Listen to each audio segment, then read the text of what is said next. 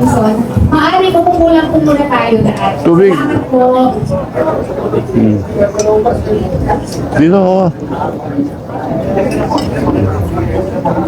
Okay na.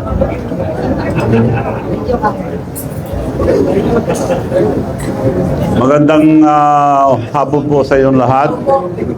Unang-una, papasalamat po ako sa pagpunta nyo para maliwanagan mga iba-ibang bagay. Dahil pagkaalam natin, marami nang nagpo-protesta, ayaw namin ng gulo. Kailangan peaceful lang. Pero para malaman nyo lang muna, gusto ko lang ipaalam, kung nag-imbestiga sa Senado at sa Kongreso, parang paikot-ikot lang tayo eh. Dapat ang unang imbestigahin, flood control flood control is concerned. Dahil di lang flood control ang mga katiwalian sa gobyerno. Hindi lang po flood control. Sa susunod, mas marami po ako ilalabas. Flood control, unahin natin sa Region 1, Ilocos Norte. Dahil si Presidente nagsabi, may katiwalaan ang flood control. Ang flood control sa Ilocos Norte,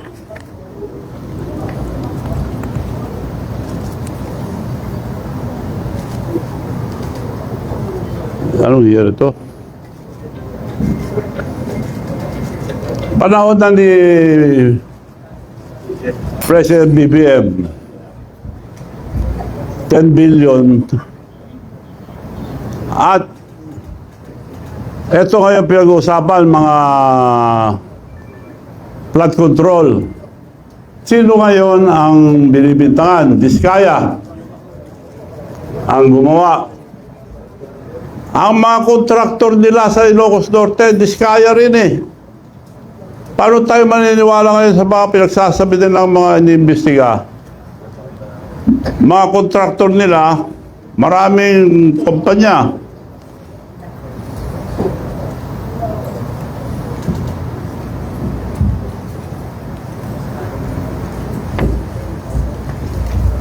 Sa Ilocos Norte lang, St. Matthew General Contractor and Development Corporation, 962 million plus, almost a billion.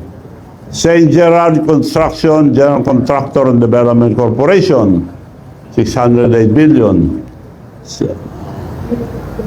Alpha and Omega General Contractor and Development Corporation, St. Timothy Construction Corporation. Apat ito sa Ilocos Norte. Paano nila hindi alam ito? Probinsya niya ito. Paano tayo maniniwala ngayon kay Presidente? Dapat yung mga inapoy niya na Independent Commission on Infrastructure, mabubuting tao po yun. Kilala ko po si Mayor Magalong. Mabuting tao.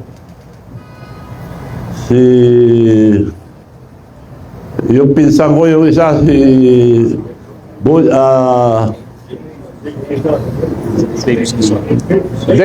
Dave Season. Matino po yun. Kaya nakikiusap. At saka yung mga iba siguro matino rin lahat. Para lang i-guide sila. Unahin niyo po ang Ilocos Norte muna. Huwag na tayo lumayo. Dahil yung as far as flood control is concerned, at buong Pilipinas, sino naka-corner? Yung mga Diskaya. Sila ang kontraktor nila eh. Ba't pa imbestigan nyo na muna yun? Andun na natakalukuhan. So kung antayin natin ang Senado, ano pa yan eh, tatagal pa. Diretso na lang to. At ang suggestion ko lang, huwag na natin pahirapan ang taong bayan. Yung rally, baka may manggulo pa. Ang pakiusap ko lang, it will be a peaceful revolution about corruption. Ang mga kabataan at mga estudyante ang maglilid ang revolusyon na ito. This is not for ourselves, this is for the future of our children. Mga kabataan, pabayaan natin sila. Sila mag-lead itong revolusyon para matanggal ang graft and corruption. Ang suggestion ko lang, ewan ko kung papayag sila, huwag na tayo magpunta sa kalye, baka guluhin pa nila. As high school and colleges, pero yung mga nasa kindergarten, yung mga elementary, tuloy ang pag-aaral. Hinto muna sila hanggat di bumababa lahat ng mga korap sa gobyerno.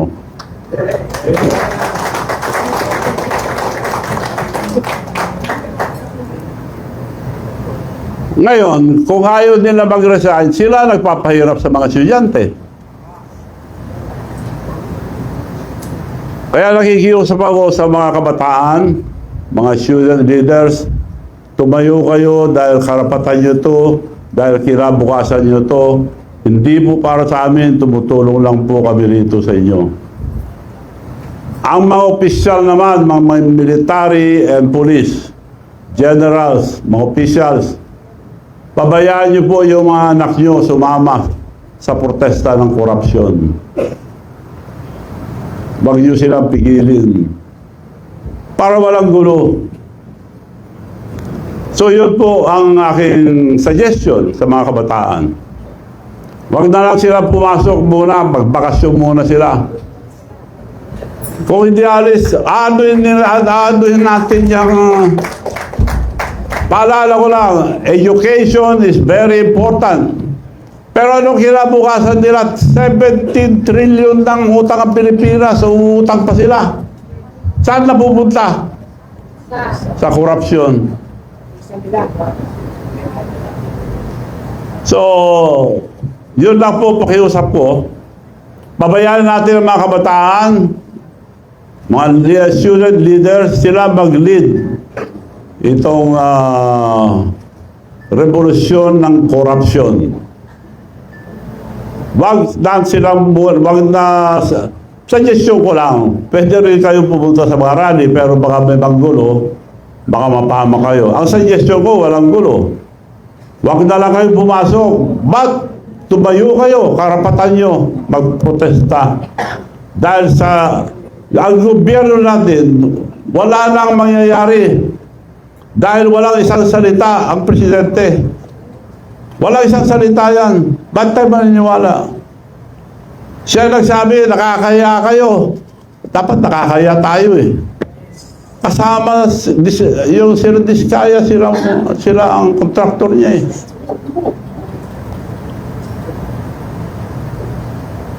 So ang pakiusap ko po ang mga student leaders, mga kabataan, to lead this peaceful revolution for corruption. Dahil ano nyo ang wala na tayong pag-asa sa buhay. This is your future. This is your future. Yung mga kabataan, hindi po sa amin. Tumutulong lang po kami pagpaliwanag dahil mukhang naliligaw tayo eh. Investigasyon sa Senado, wala nangyayari. Paikot-ikot lang tayo. So, yun lang po. Maraming salamat and I'd like to entertain any question.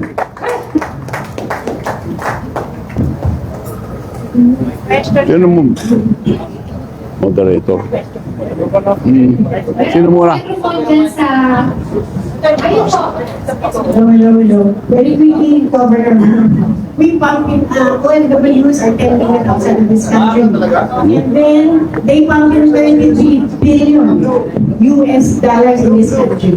Nagagalit na sila at talagang gusto na nilang magwala din. Kasi they work their butt out to provide for their families. Ang tanong, if they stop remittances, at mangyayari dito sa Pilipinas, Ano tanong? 33 billion US Pwede daw dollars i-stop yung remittances sa mga OFW. It could be more. Ah? Pwede daw i-stop yung remittances sa mga OFW as a form of protest. Pwede rin yun, pero hindi na dapat yun para di mahirapan yung mga kamag-anak nila rito. Yan pinakamagandang naisip ko, huwag na lang pumasok. Kung gusto nilang ituloy ang mga estudyante, dapat mag-resign lahat ng korap. At lahat ng mga politician, huwag tayong makialam, pabayaan natin ang kabataan magprotesta. Because this is for your future. Mga kabataan, sila, hindi tayo. Sila na masisira kung di pa tayo tutulong kikilos. Pwede rin yung suggestion nyo, pero wag na dahil mahirapan lang mga kamag-anak nila. Sir, good afternoon. Sheena Corno from SMI News in the Sir. Sir, your reaction lang kasi this week nag-resign si House Speaker Romualdez at sa gitna nga ng kontrobersyal na maanumalyang flood control project. And ngayon sinasabi ng mga congressista, especially Sandro Marcos, na pinapauwi na nga itong si Representative Zaldico dahil nga sinasabi na siya ang nasa likod ng mga katiwalian dito sa flood control. Sir, sa tingin niyo, damage control lang itong ginagawa nila para hindi lumala yung galit ng taong bayan? Ang pinalit, mabuting tao yan, si Buji D. Pampaganda lang nila yan. Pero kung tutusin mo, same dog, different color. Paano siya susunod din sa naglagay sa kanya dyan? 10 beses mo palitan ng speaker, ganun pa rin. Palitan natin lahat ng korap na opisyal. Sir, sa ibig sabihin, useless yung ginagawang pagdinig, especially po sa Kamara. Useless. Huwag na tayo maglukuhan. Paikot-ikot lang po tayo. Please kami po sa Lady Dominican. Pati lang daw muna po si Eddie. Anyway, parang po po ito. Kasi kausap po si Mayor Magaling ngayon ng Naga. And his comment was like, sa House at sa Senado, you can divide the members. Yung isa, pro Duterte, yung kabila, pro Marcos. Ang makakalungkot lang daw po, sabi niya, walang para sa bayan. Para kay Duterte, para kay Marcos, walang para sa bayan. Ano reaction po sa comment ni Mayor Magaling? Ano yun? Paano? Bakit wala daw para sa bayan sa tao? Parang it's either pro Duterte ka or pro Marcos. Meron bang nasa gitna? Ano bang para sa bayan? Well, this is the time to cross party line. Sama-sama muna tayo lahat. Tanggalin muna natin mga korap. Kasi yung mga ibang nagpuprotesta dyan, may ambisyon din eh. So, pabayaan natin ang mga kabataan muna. That's true. Divided dyan dahil may kanya-kanyang grupo.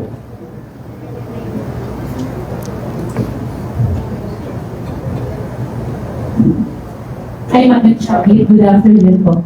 Ang question ko po, ay Janice Nabida po from Boulevard. Ang question ko po, yung sinabi niyo earlier na walang isang salita ang ating Pangulo. Pwede po bang malaman kung saan po yung pinaghuhugutan nyo ng statement po muna yan? Sample. Saan po nanggagaling yung statement nyo na Oo, walang okay. isang salita ang ating Pangulo? Ayaw ko impeachment, sabi niya. Pumirma yung anak niya una ng impeachment. Madalian niyo yung impeachment. Presidente siya, dapat sinusunod ang mga congressman. Puro tao nila eh. Majority. Ganun ba isang salita? Nakakaya kayo. Sila lang may diferensya sa probinsya niya eh. Sinong kausap yung mga contractor doon? Sino mga official doon? Ang mayor dati doon, si Mayor, yung pinsan nila, Michael Kion. Tinanggal nila. Nung una, pinalabanan nila, mabuti na dalo. pinalabanan ulit nila ng kontraktor. Ngayon, siya, nakaupong mayor ngayon sa Lawag. Sila ang kontraktor. May picture sila, tinataas pa ni BBM sa si Sandro yung kontraktor nila, bago mayor. Ito, galing sa Rappler to, hindi galing sa akin. Oh. Nakataas ng kamay yung kontraktor nila. Ibig nyo sabihin, yung kontraktor lang kikita yan, sila naglagay. At sabi sa akin yung pinsang buo niya, Michael Kion, former mayor, nung ikampanya ko si Marcos sa BBM, Manong, you know the Marcoses, they will just use you. Hindi ako baliwala doon, totoo pala. Eh, kako nga, may Alzheimer pala eh. Nakasimutan lang kami. So, mismo pinsan niya nagsabi, they will just use you, nagpapagod ka raw, sabi sa akin. Totoo ka. Sumama ako dahil maganda yung plataforma. Pagkakaisa, kailangan sama-sama tayo lahat sa kaunlaran. Ano nangyayari ngayon? Nasaan yung pagsasama? Away ka agad. Ibig sabihin po ba, nung panawagan nyo na bumaba ang mga korap, ay kasama po ang ating Pangulo? Ikaw nagsabi.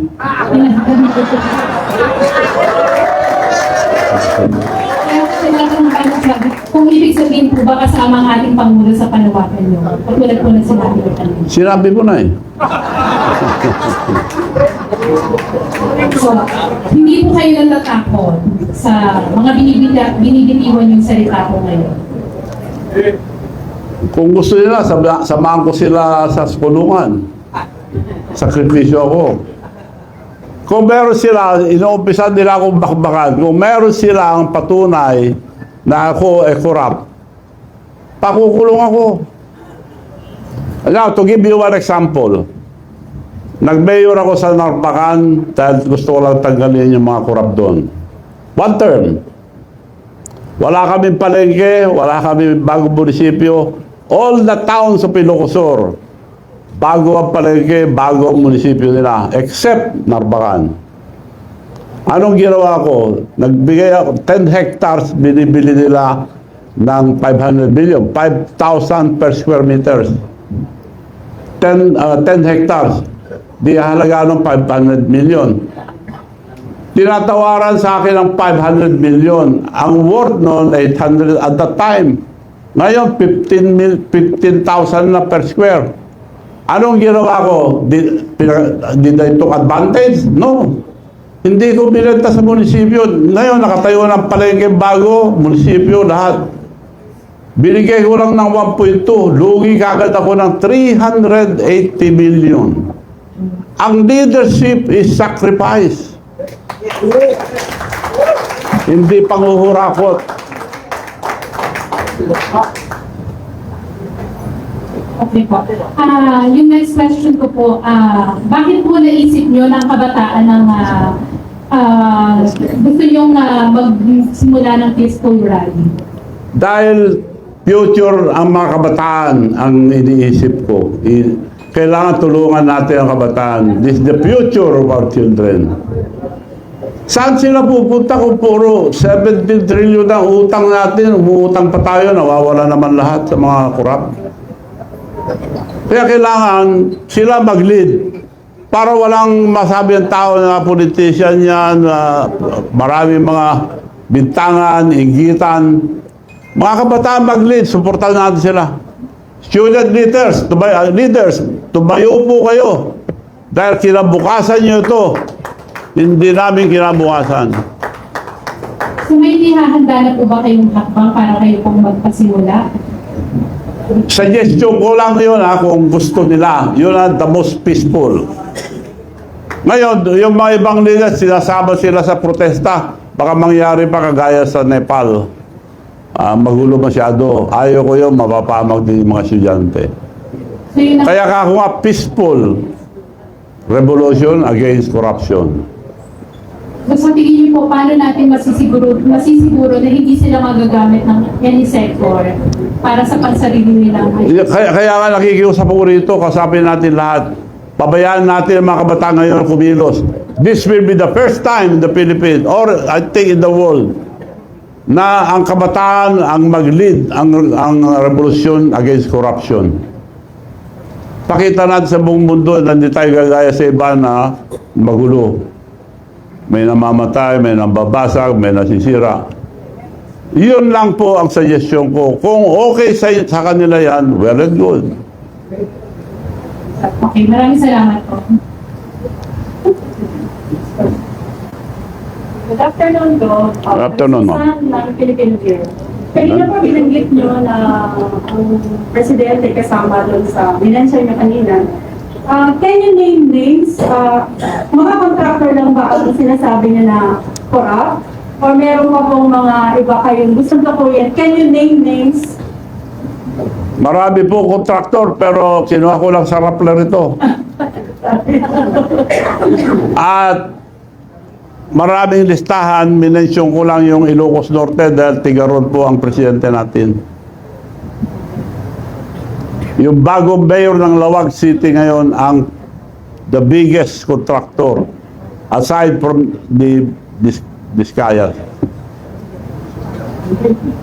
Magandang hapon po sa lahat at lalo-lalo na po sa inyo, Governor Chaco Simpson.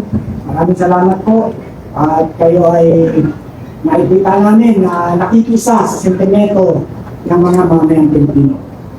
At tungkol lang po doon sa sinasabing pagsisinungaling, natagdagan ko lang po. Maliwanag po ang pagsisinungaling ng ating Pangulo dahil doon sa binanggit na po na 5,500 na flood control project na natapos na at marami pang kasunod. Subalit ang Panginoon po ang nagpahayag na talagang wala pong natapos. Yun po ay isang kasinungalingan po na hindi na na-verify. Kaya tama po ang sinabi niyo na napakasinungaling po talaga. At tungkol naman doon sa sinasabi na kung kasama ba ang Pangulo sa korupsyon, kitang-kita naman po. Dahil unang-una, ang lahat ng nagaganap na ito, imposibleng walang kinalaman ang ating head of the state. Dahil siya po ang pinakamataas na tao sa ating bansa, dapat po lahat ng nagaganap bilang competent leader ng ating bansang Pilipinas, dapat po talaga ay alam niya ang nagaganap at nangyayari. Katulad nga po ng 250 na congressman na pumirma, imposibleng hindi niya alam dahil alam niya po na ang anak niya ang nanguna rito. Yun lamang po. Maraming salamat po. Mukhang tama po kayo dyan. Ang budget, iuutos ang presidente sa DBM. DBM gagawa ng project upon the instruction of the president. I-re-review muna, magre-review dyan, presidente. Ipapasa niya sa Kongreso at Senado, mga kasama niya lahat. Sino hindi sumusunod doon? Ngayon, bibintangan niya ibang tao. Alam niya lahat yan eh. Kaya may Alzheimer kako dahil minensyon niya yung graft and corruption sa flood control. Kasama siya, nakalimutan niya eh.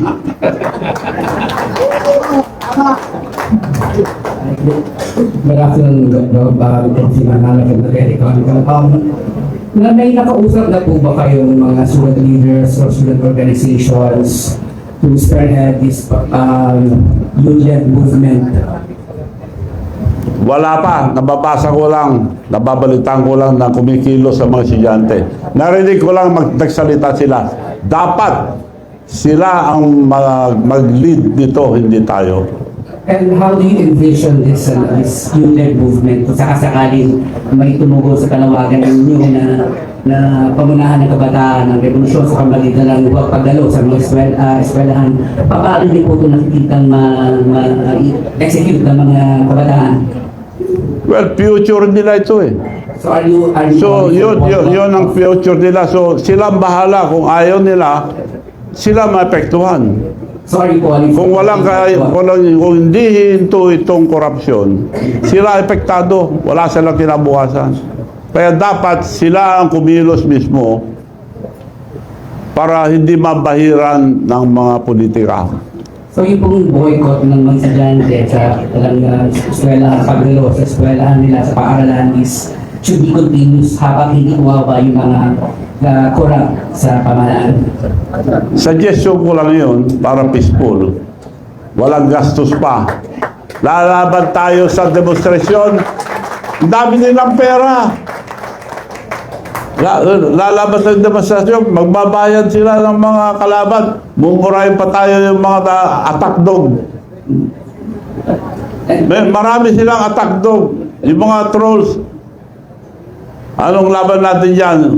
Ako nga, bago magsalita, may mga nag-attack na. Attack dog ang tawag ko yan. Binabayaran sila para sirain ka. At one final clarification dahil sinama niyo sa panawagan sa pagbaba sa pwesto si Pangulong Marcos na kasama sa mga involved sa flood control projects na yan. So nakangkulugan po ba na sinasabi niyo rin na si Pangulong Marcos ay involved sa corruption? Ano? Kung involved ba daw sa corruption si BBM because of the corruption na sinabi nila. O, sinabi mo eh.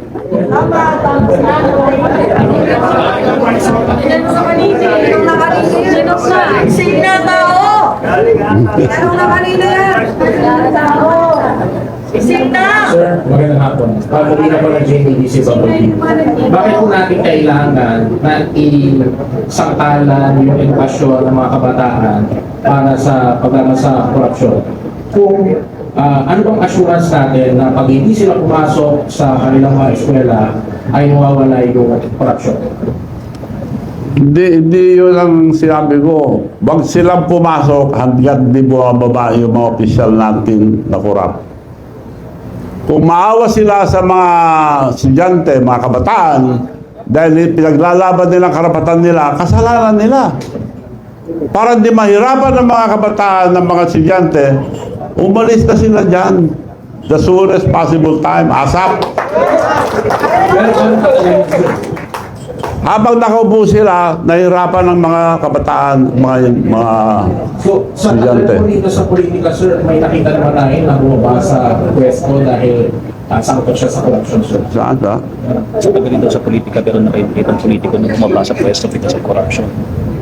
Dito sa Pilipinas, wala pa. Sa ibang bansa, nagpapakamatay pa. Dito po sa Pilipinas, sir, paano yun? May delikadesa sila. Paano natin masisiguro na bababa sila sa pwesto at makakapatuloy sila sa Bumaba na lang sila, wag na sila magpakamatay. Wala namang nagpapakamatay dito sa Pilipinas eh.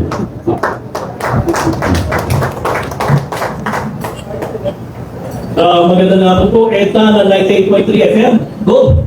Marami na ho tayong batas dito sa Pilipinas. Dapat ho bang magtayo pa po ng ICC? Para ano ho yun? Meron na ho tayong ombudsman, meron na tayong sandigan bayan. Pagkatapos mo ng investigasyon ng ICI, ano mangyayari? Saan ho dadalhin nun? Hindi nga dapat yun ICC dahil may sarili tayong batas. ICI po, ICI. Sa? ICI. ICI, itong ano? Oh. Ano lang nila ito, pampapugi lang nila. Dahil mabubuting tao yung nilagay.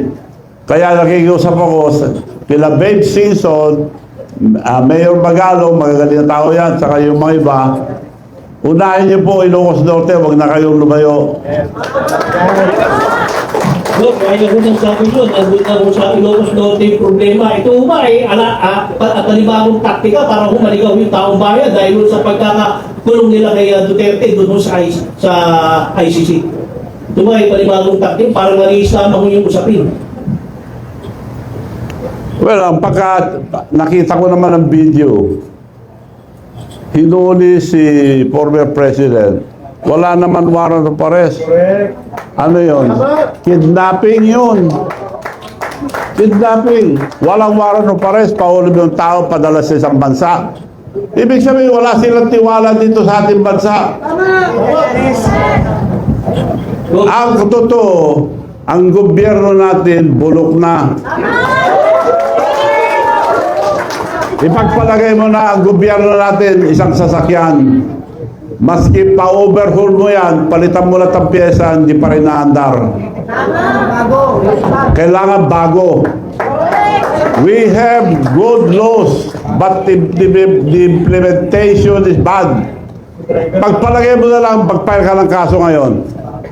Abuti ka ng siyam-siyam, may parking fee. Magbayad ka lang parking fee, matutulog na ang kaso mo. Ang nakukulong, yung mga tao na walang pera. Yung mga may pera, walang nakukulong. Unless natututukan ng media, doon lang nakukulong. Ito, bakuhoy na bulmihanan. Kaya lahat mo nang tinuturo itong si Congressman Romualdez. At ito po si Congressman ko. Bakit hindi pa ho nila dinadalaw sa investigasyon nito? Go. Bakit tinatago pa ho nila, Go? Pinsan ng presidente yan.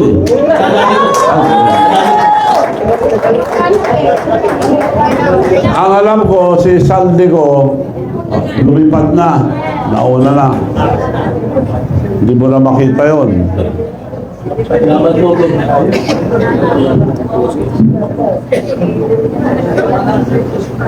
Hi, Sir. Leah Lear po from Graduate Fitness. Sir, sa isang interview, sinabi niyo Hindi ko maintindihan yung mic. paas na ng suporta sa Pangulo. At isa po ba sa dahilan ay dahil hindi nabigyan ng pwesto o posisyon bilang director sa PCSO ang anak niyo?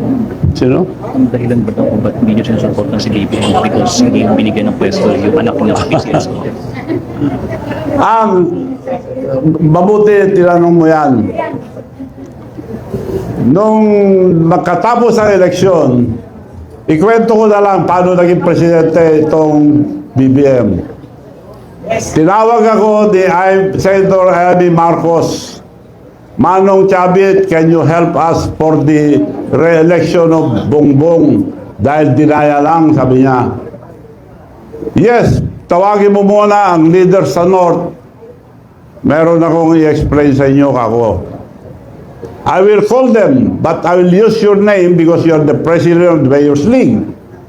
Tinawag nila sa bahay nila, dumating mga congressman, governors, mayors.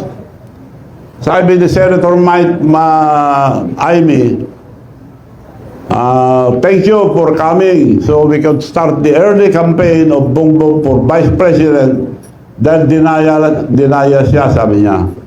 But Manong Chavit has a plan. Manong, can you please tell us your plan? Okay, ako. Alam natin lahat, napakalakas ni Sara ngayon, walang kalaban. Now, gusto mo Vice President, mag-campaign na tayo maaga. Mag-file ka ng Vice President, marami kang makakalaban dyan.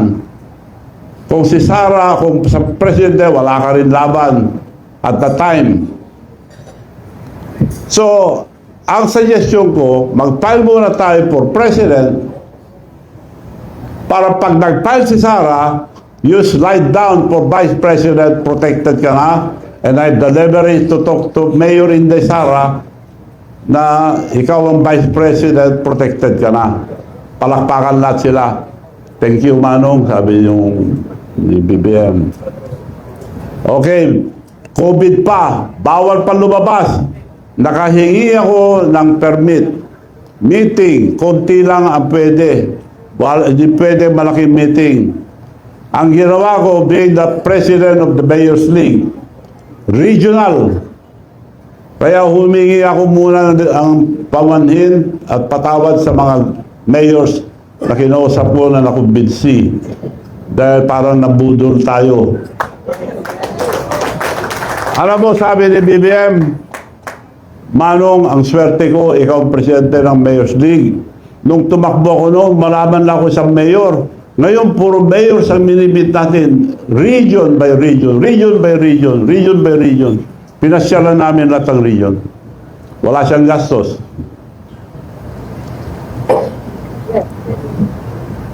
So yun ang totoong nangyari.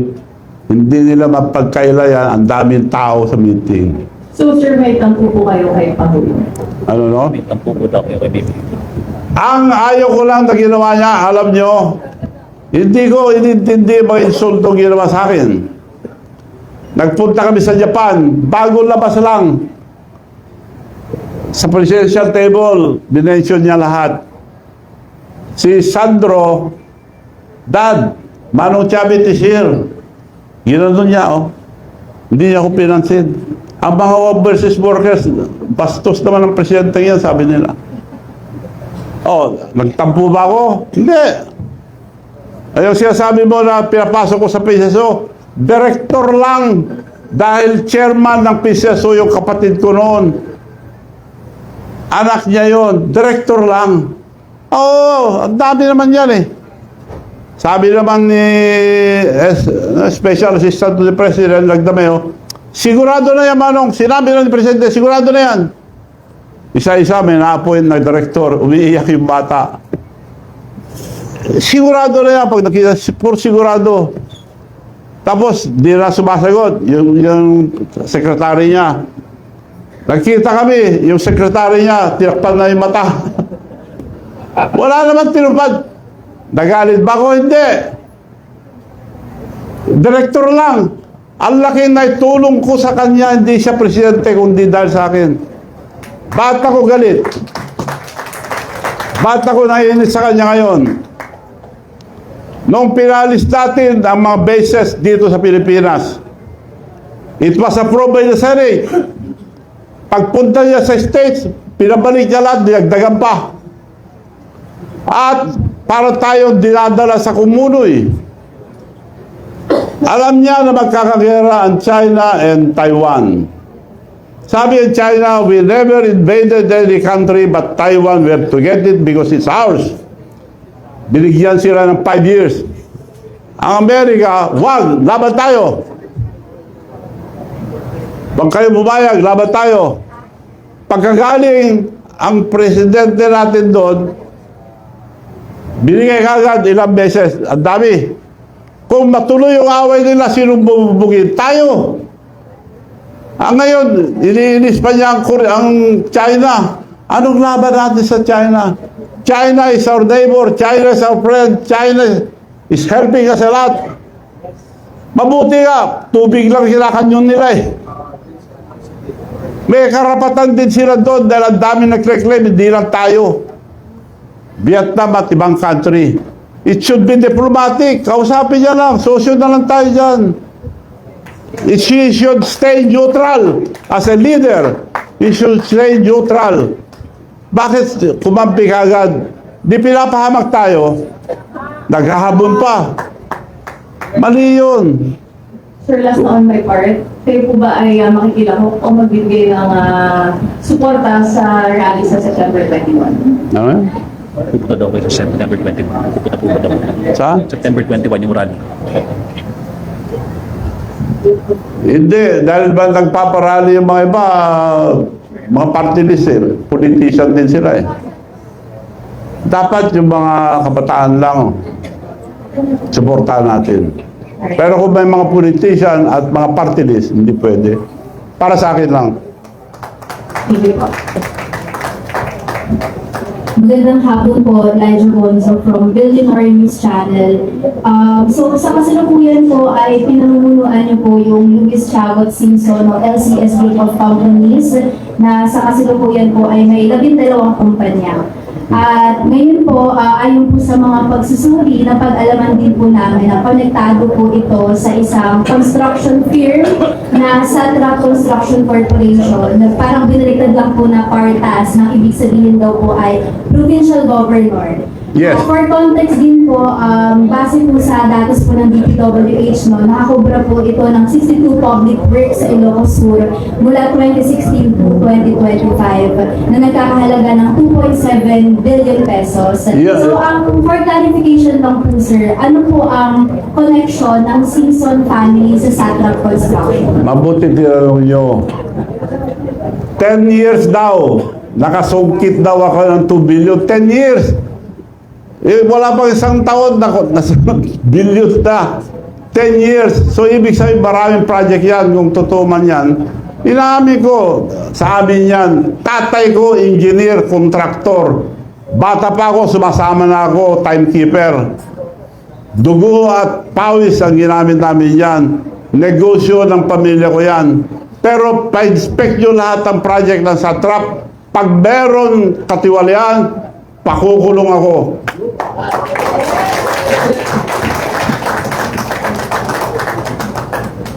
Thank you po.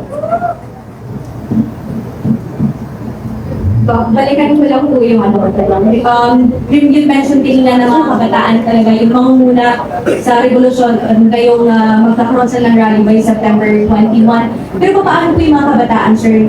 We know naman po na marami na ngayon yung infiltrated po ng mga leftist organization. Kung baga nagrarally sila, hindi naman about corruption, kundi about Dutertes. So paano ito, sir? Mahaluan ba yung layunin natin ng hustisya? Mababago ba ito under Marcos government po? Hindi, magano muna sila bawat eskwelahan. Bawat eskwelahan magprotesta. Tumayo sila bawat eskwelahan. Then mag-usap-usap sila, pagkita-kita sa lugar, minsanan lang. Hindi yung araw-araw na kakawawa ang mga kabataan pagkaganyan. So mag-usap-usap muna sila, mga leaders bawat university, mga colleges, magbalitaan, then once and for all, makita-kita na lang sila, suportahan natin sila, dahil kinabukasan nila ito. Sir, pero hanggang sa kanilang hindi korupsyon yung pinaglalaban, kundi pabagsakin yung mga Duterte. Alaga na yung gobyerno, sir. Wala akong kinakampihan. Kung yun ang ibig sabihin.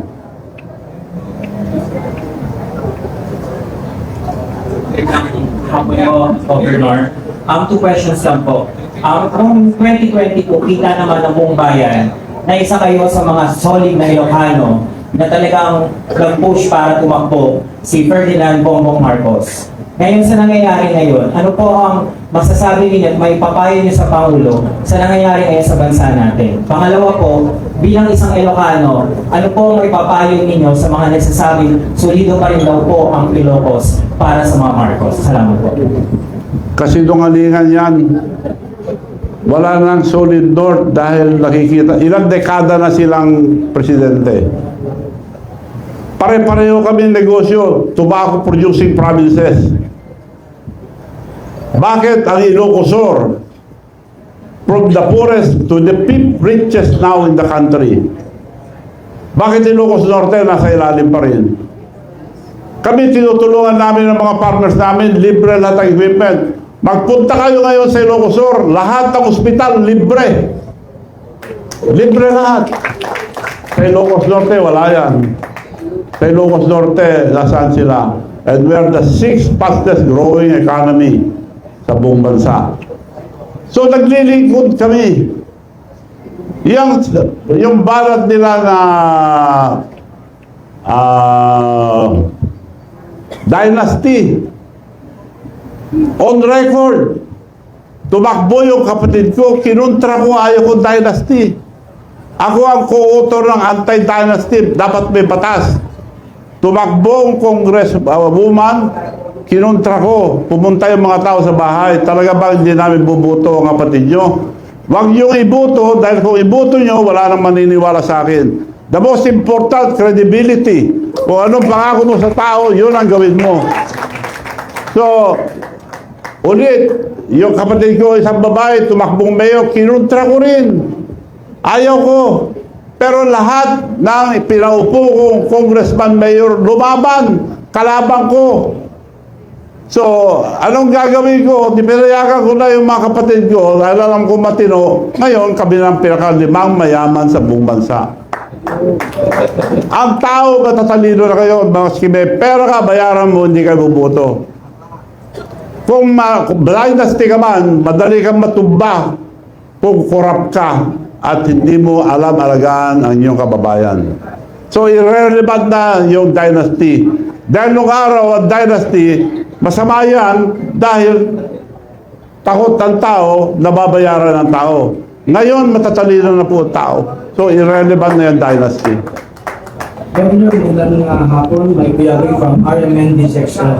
Doon gusto lang mabalikan, kung ano mo ang parang nagtulak sa inyo kung bakit nagsasalita ho kayo ng mga ganito, particular na sa Pangulong Ferdinand Marcos Jr. Ano yung tulak po sa inyo? That's so, kumukontra.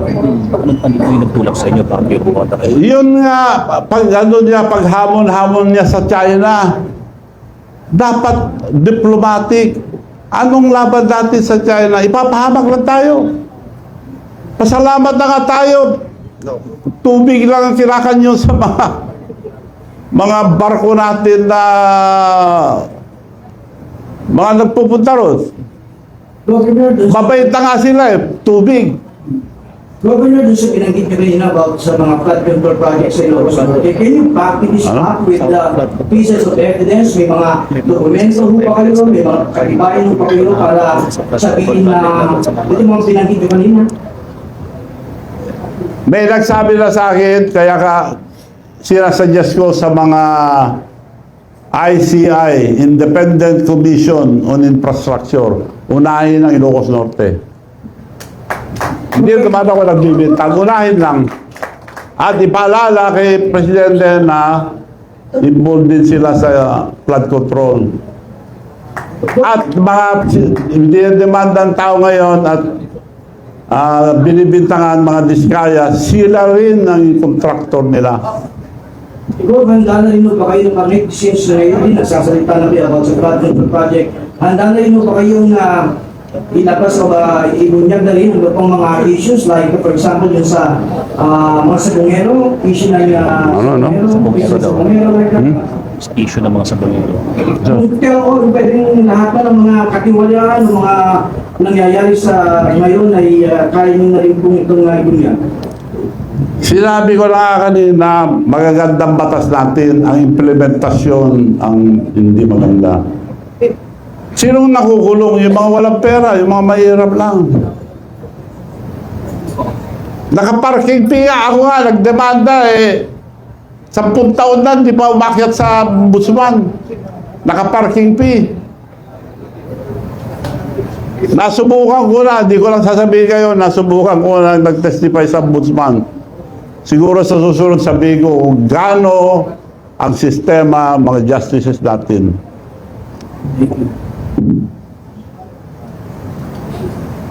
Good afternoon. Joel Pereño po from DWIC. Naniniwala po ba kayo na iimbestigahan ng ICI ang mismong lalawigan ng Pangulo, Pang Region 1? Sino? Niniwala ba daw kayo na iimbestigahan ng ICI yung Ilocos Norte? Yan, di ako sigurado, pero dapat imbestigahan nila. Pero mabubuting tao to, the point. Kaya hinahamon ko sila, unahin nila yun. Huwag na silang lumayo pa. Sa tingin niyo po, pakikinggan kayo ng ICI? Pakikinggan daw ba kayo ng ICI? Sa hamon po ninyo? Mabubuting tao ito. Dapat magbigay ng utos si Presidente para pumunta sila ron. Pero, Hindi ako pwede utos. Ha? Baka daw matakot sila. Ikaw na nagsabi doon, hindi ako.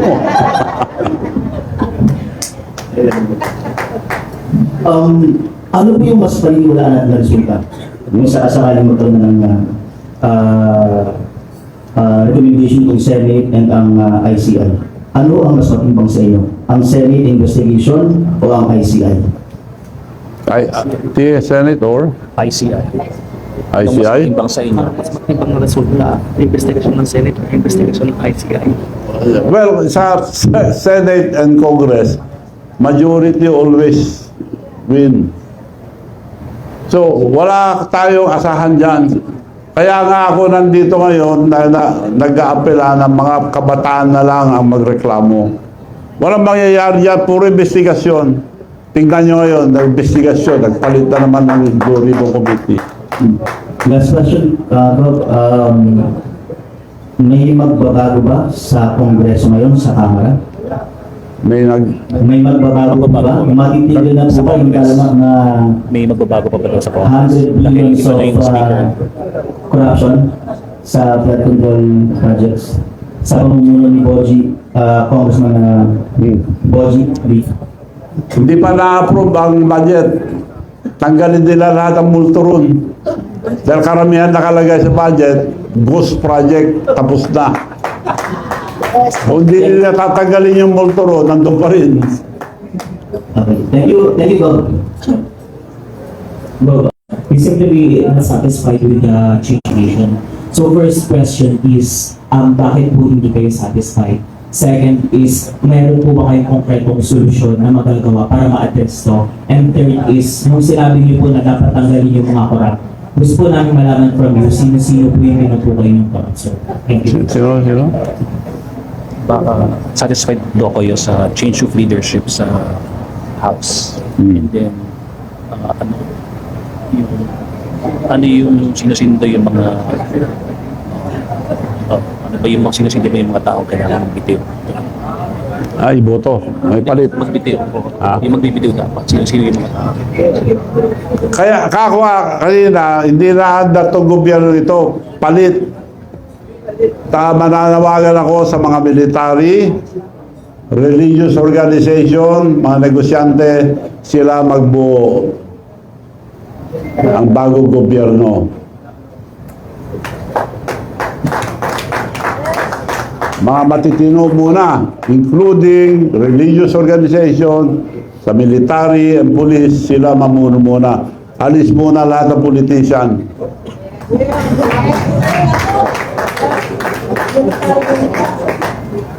Magandang araw po. Suwan na Dozo from CIJ. Sir, yung panawagan po na bumaba sa Quezon kapag hanap na may corruption yung politiko, mag-a-apply din po ba po sa mga politiko na may connect sa mga kontratista o yung may mga pawang lang po ng kaso ng corruption? Yung maintindihan? Dapat ba raw magbitiw yung mga politiko na may connection sa contractor or yung mga corrupt lang na politicians? Kung may delikadesa sila, mag-resign. Pero wala akong nakikita sa Pilipinas. So the only way we have to change our government. Mag-usap-usap ang military, police, mga religious organizations, mga kabataan, and mga technocrat natin maraming magagaling. Kaya nagkakaroon tayo ng brain drain eh. Diba? Hindi pinapansin, mga kurap ang nailalagay, yung mga madudunong nasa ibang bansa na. Sir, magandang araw po ulit. Follow up lang po dun sa tanong ko kanina. So, nabanggit niyo naman po na handa po kayong ipa-check po yung mga projects niyo. No? Ngayon po, mayroon din po kaming response from COMELEC Chair Garcia po tungkol na po rito. Aware naman po tayo na bawal po maging contractor ang mga nakaupong government officials dahil daw po may conflict of interest. So, sabi po ni Chair Garcia, pwede po ma-anti-graft and corrupt practices kasi pinagabawal nga po iyon, magkakaroon ng interes lalo pa at may maaaring mabangga na interes ang publiko sa pamahalaan. So, ready po kayo na harapin po yung mga inspection sa project, pero ano po ang response nyo patungkol po dito if ever man po na may umarangkadang ganitong issue? Tungkol sa mga construction? Kasi daw bawal ang isang politiko na meron. Oo, ang marami na-appoint na nagbibitaw muna mga ari-ari, mga pwesto. So, ganun lang yun. Bawal kung nandun ka pa rin. Conflict of interest. To show you one example, when I was young, I was the biggest trader of tobacco in the entire North. Nung na-elect akong governor, binitawan ko ang magandang negosyo dahil doon ako kumita ng gusto. Ang Virginia Tobacco ay ano ng Amerika yan, sarili nila, walang iba. Inisbagin lang ni Harrison Hill yung buto ng Virginia Tobacco, that's the main ingredient of cigarette. So ako ang pinakamalaki trader, nung na-elect akong governor, nagbitaw ako. Dahil hindi ko na pwede tawaran yung farmer. Kailangan patasin ko ng presyo para makinabang ang farmer. Yun ang delikadesa. Pero how about po sir ngayon na may mga relatives pa rin po kayo na nakaupo, then may mga projects pa rin po hawak yung contracting firm niyo? Ano po ang... Totoo yun. Kung tingnan mo yung opisyal ng SATRAP, wala na akong pangalan doon. Dahil nag-divest ako. Ilan? Ngayon pwede na akong bumalik, wala akong pesto eh. Eh, negosyo namin yan, tatay ko pa, negosyo na yan. Anong pamimigay ko sa tao? Ako po, Ilocano na hindi ko report. Namimigay ako ng pera. Anong ibibigay ko kung di ako maghanap buhay? Hindi naman ako nagnanakaw. So, sinusunod ko lang yung batas. Divest ka, di nag-divest ako. Pero sir, may mga relatives pa rin po kayo nakaupo. So, medyo conflict of interest pa rin. Conflict of interest kung meron sarili sila, ganun din. Kung may sarili silang construction. Ah, sige po, thank you. Hello, good afternoon, Bob, Dr. Castro, DCRH. Sa tingin niyo po ba, walang alam ang Pangulo dito sa mga nangyayari sa Kongreso, yung mga budget insertion? Sa tingin niyo po ba, bulag siya dito o wala siyang nakikita? At also, itong mga ganitong problema nung 2025 budget. Si Tino, si BBM. Eh kung di niya alam, wala siyang kwentang presidente. Hindi niya alam. Anong klaseng presidente ang hindi niya alam? Siya unang tumitingin, siya nagmamando sa Senate, siya nagmamando sa Congress. Okay, kasi Governor, yung problema kasi nakapokus talaga sa corruption 2022 until present. So parang gusto nilang i-connect sa past administration yung corruption. Ano po ang comment ko dito? Comment yun na nagsimula itong corruption sa flood control noong panahon pa ni Duterte. Lahat ng administrasyon may korupsyon eh. Bakit niya tinuloy? Bakit nila tinuloy? Kung totoo yung sinasabi niya, binibintangan niya yung mga past administration. Eh nung siya umupo, hininto na niya. Kung may delikadesa siya, oy, may diferensya to, pag nalakaw to, hintuan natin to. Dapat ganon. Tinuloy-tuloy niya eh. 3 taon na, sakala niya papansinin. Anong kwentang presidente yan? Di niya alam. Hindi dapat maging presidente kung di niya alam nangyayari sa buong gobyerno. And last of my part, Bob, sigurado na po ba kayo na unahin sa investigasyon ng Ilocos Norte? How about po sa Leyte? Ay sa kanyang pinsan na si dating Speaker Romualdez, yung ganitong flood control anomaly.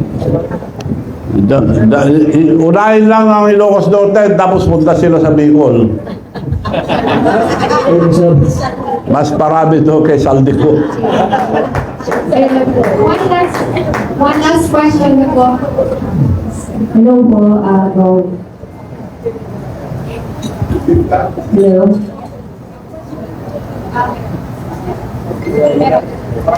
Hello? Yan. Ang question ko po, kung ang mga Biskaya po ang may hawak ng ilang mga proyekto sa Ilocos Norte, sa tingin niyo po ba naisip ni Pangulo ito bago buksan ng flood control projects? At ito nga po rin po, ngayon po ay nag-attend po ako ng mga Senate hearings na subaybayan ko po. Binigyan po ng DOJ ng pagkakataon na sumailalim sa witness protection ang mag-asawang Biskaya. Sa tingin niyo po ba nanganganib ang kanilang buhay? Maaaring magbago ang kanilang mga testimonya? At bakit pilit pinababanggit po ang 2016 previous po? Sila ang pinakamadaling kumuha. Mahirap po. Nasa construction kami nung araw pa. Mahirap kumuha dahil bidding yan. Pero kung may connection ka, madali. Sila, ang lakas nila. So, ibig sabihin, may nagpo-protect sa kanila, may nagbibigay. Hali, magbabago po kaya ang kanilang testimonya po with the Senate hearings. Itong mag-asawang Biskaya po. Dahil nasa ilalim na po ng DOJ. Kung bigyan sila ng protection, kailangan magsabi sila ng totoo. Hindi sila mamimili kung sinong binigyan nila. Nagpangalan na, ilan lang. Ang dami nilang proyekto, dapat lahat. So sa tingin po, selective po ang sinasabi ng mag-asawa dahil hindi po nila naibabanggit ang Ilocos Norte. Selective. Salamat. Yun lang gusto nilang sabihin. Kaya hindi dapat protektahan kung gano'n ang sistema.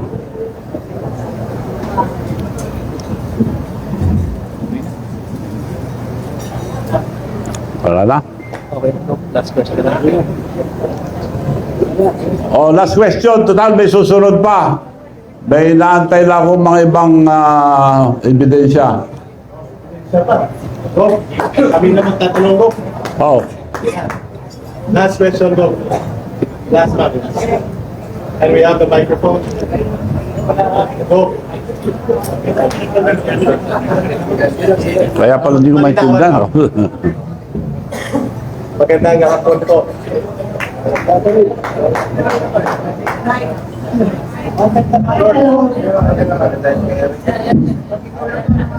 Magandang hapon po, Governor Chavez Singson. Saludo po sa iyong prangka at tapat na pagpapahayag sa sambayan ng Pilipino. And natutuwa po kami bilang mamamayang Pilipino for your courage to face the nation this afternoon. Kasama po ang ating nirespeto din. Although retired na po sila, ng mga matataas na naging general ng Armed Forces of the Philippines, General Del Pedro Rizana, General Hermogen Cistero. Nirespeto po namin ito at bumalik loob kami mga rebelde sa CPP, NPA, NDF during their time.